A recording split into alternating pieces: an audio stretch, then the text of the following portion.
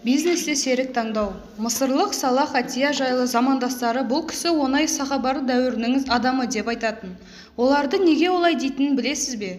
Салах Атия ауыл шаруашылық университетін тамдаған соң, жанындағы жолдастарымен бірге біраз уақыт таршылықты бастан кешірді. Олар тұрып жатқан ауыл ең бір дамымай артта қалған шаруашылық болатын.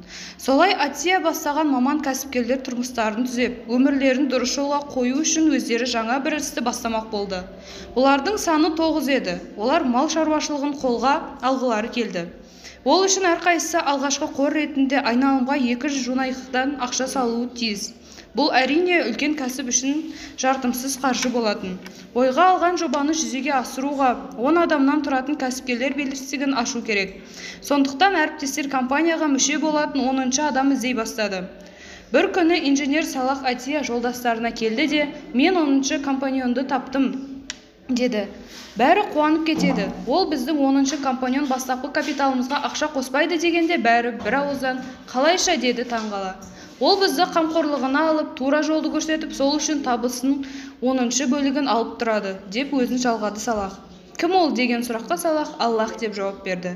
Сонымен компаньондар келісім шарт жасасып, жұмысты бастап кетті. Алғашқы табыстың өзі ешкім күтпегендей көлемде мол болды да, барлығы келісіп 10-шы партнердің үлесін 20%-ға көтерді. Уақыт өте келе бірнеше жылда үлес қосқан 50%-ға жетті. Яғни барлық табыстың жартысын 9 адам бөліп алып, қалған жартысын 10-шы партнер иеленіп отырды. Олар оның үлесінің өздеріне еш қатысы жоқ, бірақ ол разы болатын істерге жұмсады. Әуелде ұл балаларға арналған бастауыш мектеп, сонан соң қыздарға арналған мектеп салынды. Кейінірек орта және жоғары оқу орындарын салына бастады. Кейінірек артылған қаржыға мұсылмандарға арналған қайырымдық қор ашылды. Бір уақытта Салах Атия сол шағын ғана ауылдан әлемге әйгілі Ал-Асқар университетінің филиалын ашты. Бұл Ал-Асқар университетінің тарихындағы алғашқы филиал еді.